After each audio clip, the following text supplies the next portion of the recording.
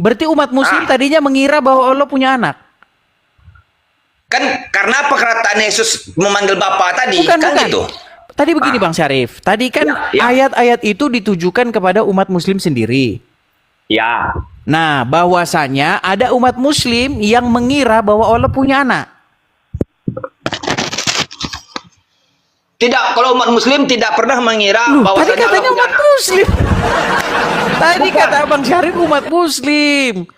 Maksudnya gini Bang Edis, maksudnya gini. Oh, salah pemahaman karena dia tidak mengetahui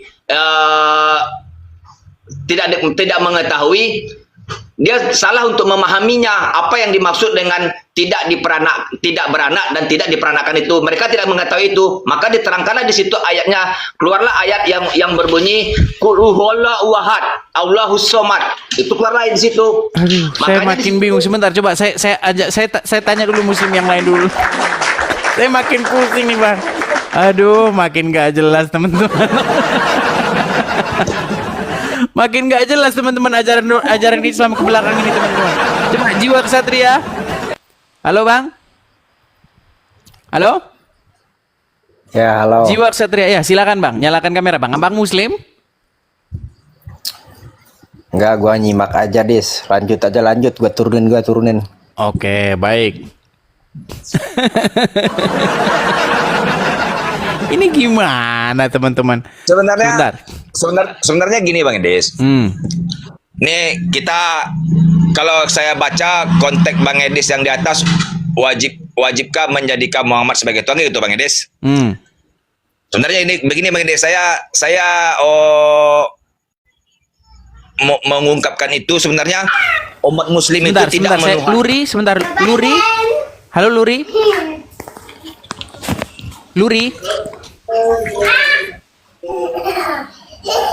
Halo. Oke, baik, kita turunkan dulu ya. Ya, gimana Bang? Gimana? Sebenarnya umat muslim itu tidak menuhankan Muhammad. Jadi mereka tuh sebenarnya kayak seperti saya gitu, nggak usah mereka, saya dulu aja deh. Jadi kalau saya tidak menuhankan Muhammad, sebab kenapa? Kita nih di dunia sebenarnya umat muslim, umat Kristen, umat Buddha atau Hindu yang sama semuanya, berasal dari satu Tuhan yang menciptakan. Iya kan? Terjalin perbedaan itu karena antara kita dan antara umat Nasrani dan umat muslim ini tidak pernah sinkron. Sebab mereka sebenarnya sama. Iya kan? Dengan satu Tuhan. Cuman karena mereka selalu mengatakan Tuhanmu Tuhanku. Jadi seolah-olah Tuhan Kristen sama Tuhan Islam itu beda. Tapi sebenarnya sama. Iya, justru Kan gitu. itu Bang, justru itu yang saya bilang, makanya orang Islam ini mengklaim bahwa Tuhannya mereka sama kami sama, padahal nggak sama. Makanya saya bilang lah, disitulah kalian saya anggap sakit. Bang, Tuhan kami dengan Tuhan Anda itu nggak sama, Bang. Sekarang di mana datang tidak samanya? Saya tanya Bang Medis, datang tidak Contoh. samanya di mana coba? Contoh misalnya. Di dalam ajaran kami, Tuhan kami itu menjanjikan hidup yang kekal nanti di dunia, di kehidupan yang akan datang. Ya kan? Itu hidup seperti malaikat di surga, tidak kawin dan dikawinkan. Ya, betul. Nah, sementara Tuhan Anda di dalam Al-Quran itu menjanjikan gadis-gadis yang berpayudara besar. Ya. Kan beda, Bang. Jadi begini Bang Edis. Bang Edis. Jadi Quran itu kan sebenarnya perumpamaan Bang Edis. Kita tidak bisa menafsirkan apa yang dikatakan Quran dengan secara langsung gitu loh Bang Edis. Sama dengan seperti pepatah. Pepatah mengatakan besar pasak daripada tiang. Kita sebagai penerima, kita tidak bisa menerima langsung besar pasak daripada tiang itu kita artikan kita ambil pasak yang gede dengan tiang yang kecil, tidak. Tapi besar pasak daripada tiang itu ada arti dan maknanya Bang Edis. Oke, Sama dengan itu. jadi apa Sebenarnya maksudnya? Dengar dulu Bang Edis.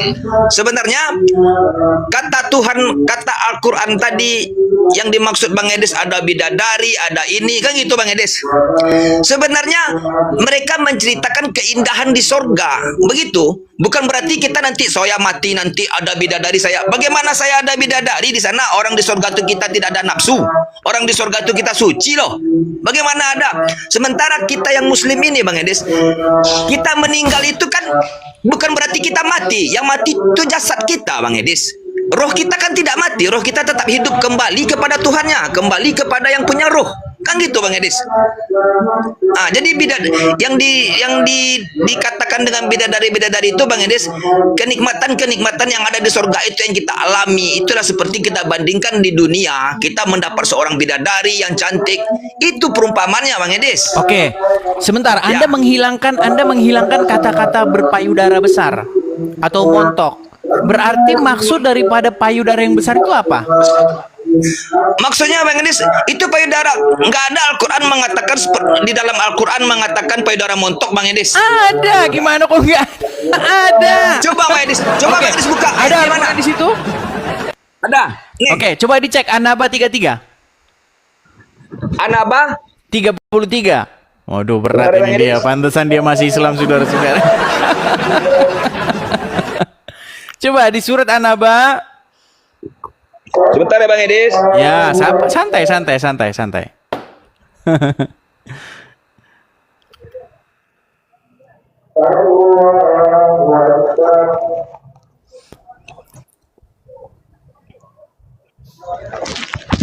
Sudah ketemu? Sebentar. Ya. Mata dia karena tulisannya kecil-kecil, mata saya kurang ini, Plak. Bilang aja jarang buka Quran. Ya teman-teman, sambil menunggu dia, ya teman-teman, sekali lagi ya teman-teman ya, saya ada ditulis di sini kolektor, lihat di profil saya teman-teman ya. Silakan teman-teman mampir ke profil saya teman-teman, sekali lagi ya. Mari kita sukseskan pendirian Rumah Apologet.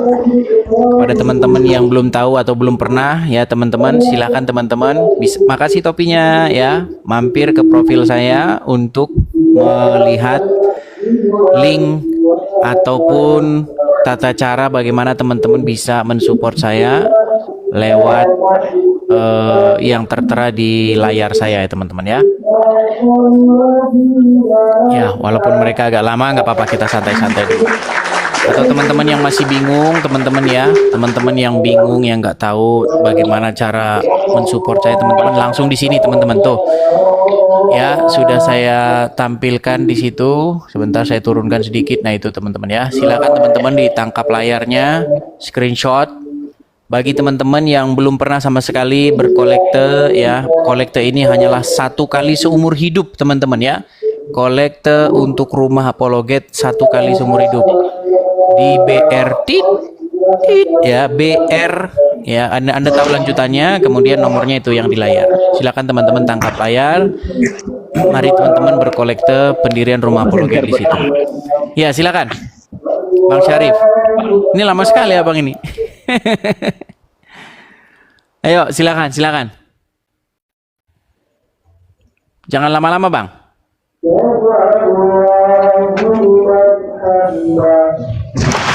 Bentar Bang Edis.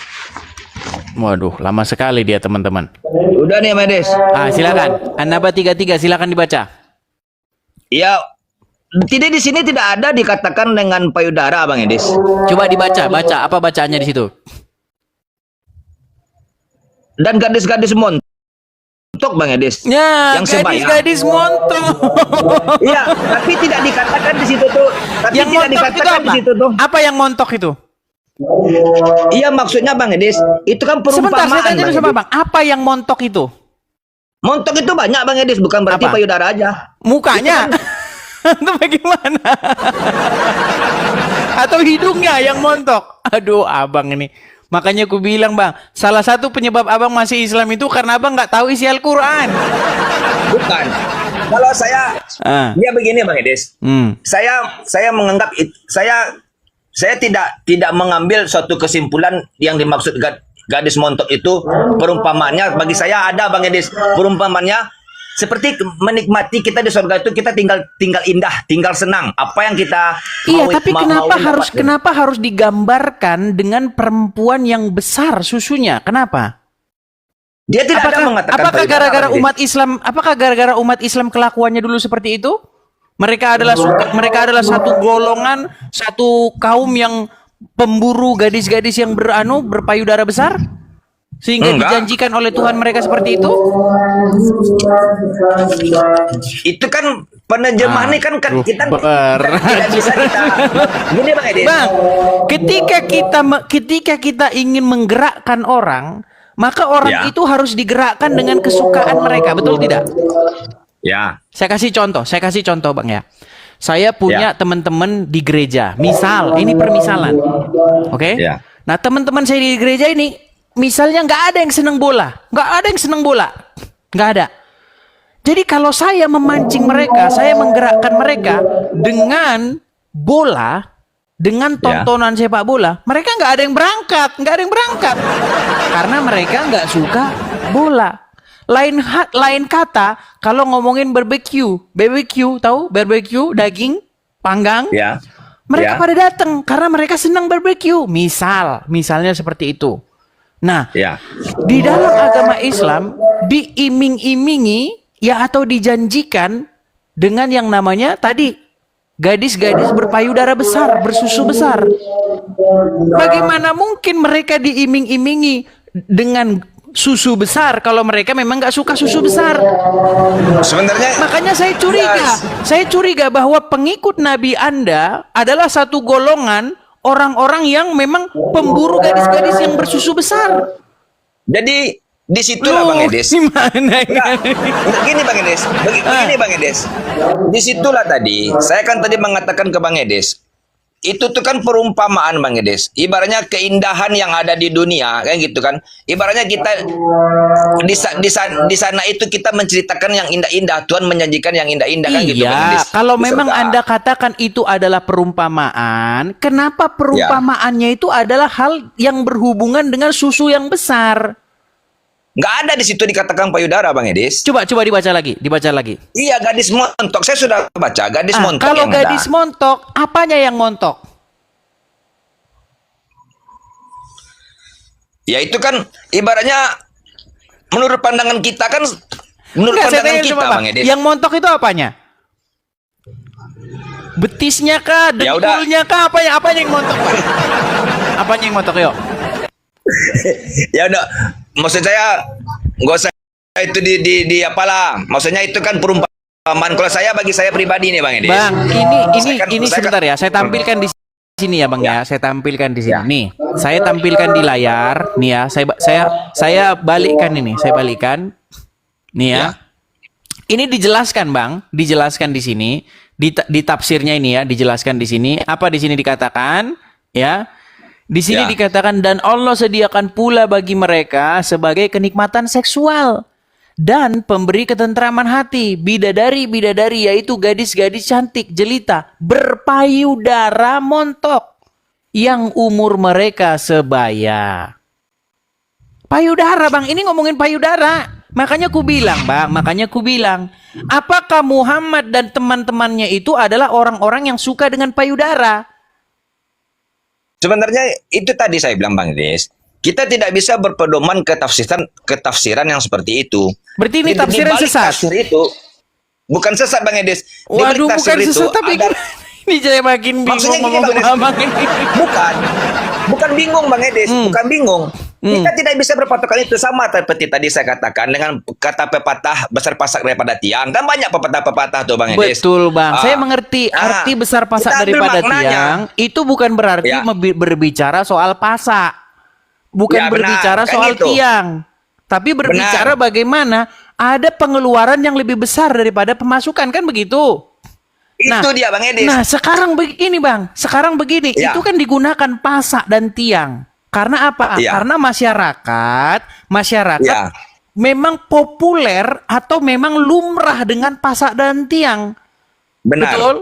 Nggak Ya. mungkin saya umpamakan kepada masyarakat. Misalnya di sini, Bang. Saya ini tinggalnya di Amerika, Bang, ya. Nah, di Amerika sini, Bang, saya sudah pergi ke lihat tanaman-tanaman di sini. Nggak ada di sini durian tumbuh, Bang. Nggak ada. Nggak ada durian tumbuh di sini.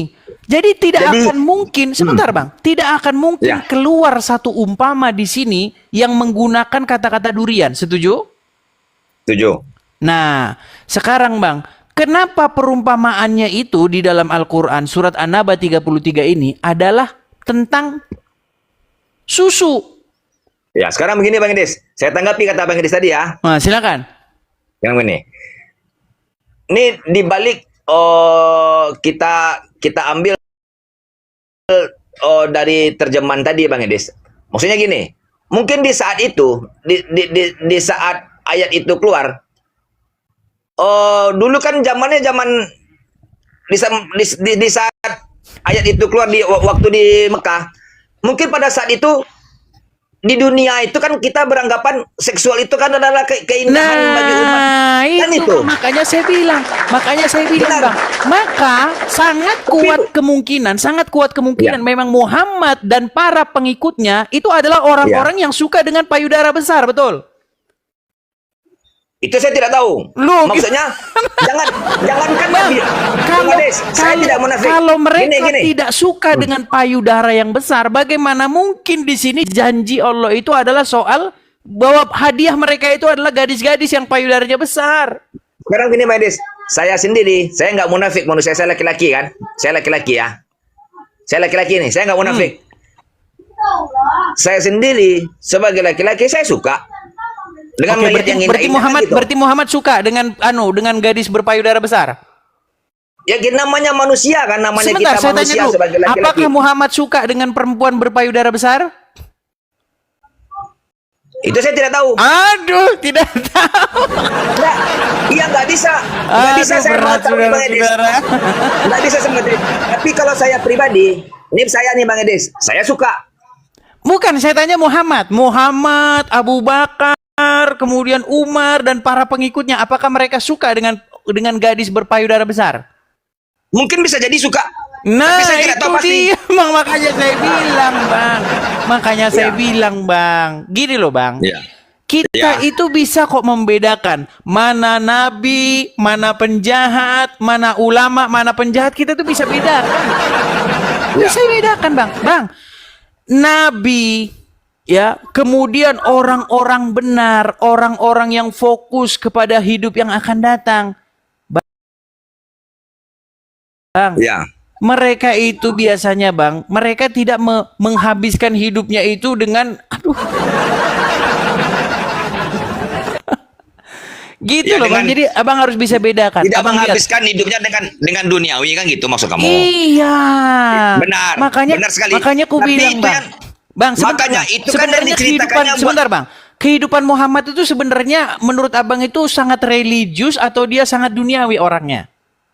Kalau Muhammad itu karena dia termasuk bagi saya utusan dari Allah, dia religius. Cuma umat-umatnya mungkin yang tidak religius. Bang, gini Bang, kalau religius di dalam pikirannya apa? Apakah tentang hal-hal yang akan datang ataukah tentang susu? Enggak lah, kalau dia kan gini, dia itu kan ayat itu kan diceritakan buat umatnya, Dis. Bang, tapi saya tambahin lagi umatnya, Bang Edis. Saya akan perkuat lagi, Bang. Saya akan perkuat lagi ya. Saya akan bukan buat Muhammad. Ya. Oke. Saya akan perkuat lagi sama Abang nih. Ini ada satu ini ya. Nih, menyusui pria dewasa. Abang tahu? Tahu nggak Abang bahwa Muhammad itu menyuruh seorang perempuan menyusui pria yang sudah dewasa? Tahu? Enggak. Nah, nggak pernah dengar. Aku bilang Abang banyak nggak taunya. Ya saya nggak pernah dengar. Oke, saya ceritakan, Bang. Saya ceritakan. Ya boleh. Ada sebuah hadis. Ya. Hadis itu berbicara mengenai bagaimana ada seorang wanita. Namanya itu adalah Sahlah binti Suhail. Abang klik aja nanti di Google, ketik aja Sahlah binti Suhail. Nah, Sahlah binti Suhail ini punya suami namanya Abu Huzaifah. Nah, suaminya ini punya anak angkat. Punya anak yang bisa dibilang anak buahnya atau budaknya yang sudah dianggap seperti anak angkat sendiri. Namanya Salim. Nah, suatu ketika cemburu ini si Abu Huzaifah ini sama anak angkatnya sendiri. Lalu ngadu Sahlah ini kepada Muhammad. Dia ngomong begini kepada Muhammad, "Wahai Rasulullah, saya melihat di wajah Abu Huzaifah, suaminya dia, ada raut muka cemburu. Sehubungan dengan si Salim yang bebas keluar masuk rumah saya. Padahal dia itu anak angkat kami. Ya kan? Lalu apa kata Muhammad? Tahu nggak apa kata Muhammad? Susuilah dia katanya. Disuruh nyusuin si Salim ini. Lalu apa kata Sahlah? Wahai Rasulullah, bagaimana mungkin saya susui dia? Dia itu sudah besar. Bahkan sudah jenggotan katanya. Muhammad ketawa lalu bilang, saya tahu dia sudah besar. Nah, setelah disusui sama si Sahlah, besoknya Sahlah ini datang lagi sama Muhammad. Wahai Rasulullah, sekarang suamiku Abu Huzaifah tidak cemburu lagi. Coba Anda mikir, kira-kira apa di benak kepala Anda apa? Coba. Coba silakan. Ya mungkin kalau pemikiran saya makanya ku bilang, Bang, kita ini coba, saya tuh makanya terus bertanya, kenapa sih kalian kok mengikuti Muhammad gitu loh? Itu pertanyaan saya. Selama ini, Bang, yang diketahui orang Islam itu, Muhammad itu taunya yang, waduh, yang hebat-hebat pokoknya. Sampai orang Islam itu sampai mereka berseru-seru kepada Muhammad, ya Rasulullah. Mereka kan begitu terus. Ya kan, memanggil-manggil Muhammad, Muhammadku, dengarlah seruanku, gitu kan. Standar ganda, Bang. Kalau orang Kristen memanggil-manggil Yesus, ya kan, Yesus, katanya nyembah Yesus, menuhankan Yesus. Kalau orang Islam, Muhammad, artinya nggak menyembah. Jadi, Bang, makanya aku bilang standar ganda, Bang. Makanya aku bilang, saya ini setiap hari bersuruh-suruh ya. Tolonglah kalian ini jangan standar ganda. Atau setidak-tidaknya kalian ngakuin bahwa kalian itu memang pemuja Muhammad. Gitu loh, pengkultus Muhammad. Gitu. Kan enak gitu loh. Terima kasih topinya. Itu, Bang. Jadi gimana ya aku bilang ya. Coba itu tadi nih, kembali ke masalah menyusui pria dewasa. Kalau ada wanita dewasa, kemudian payudaranya itu disusui sama laki-laki dewasa, masa Abang nggak tahu apa yang akan terjadi? Aduh, berat saudara-saudara. Aneh kita ini, gitu loh. Tuh dibilang saya penghujat katanya. Aduh.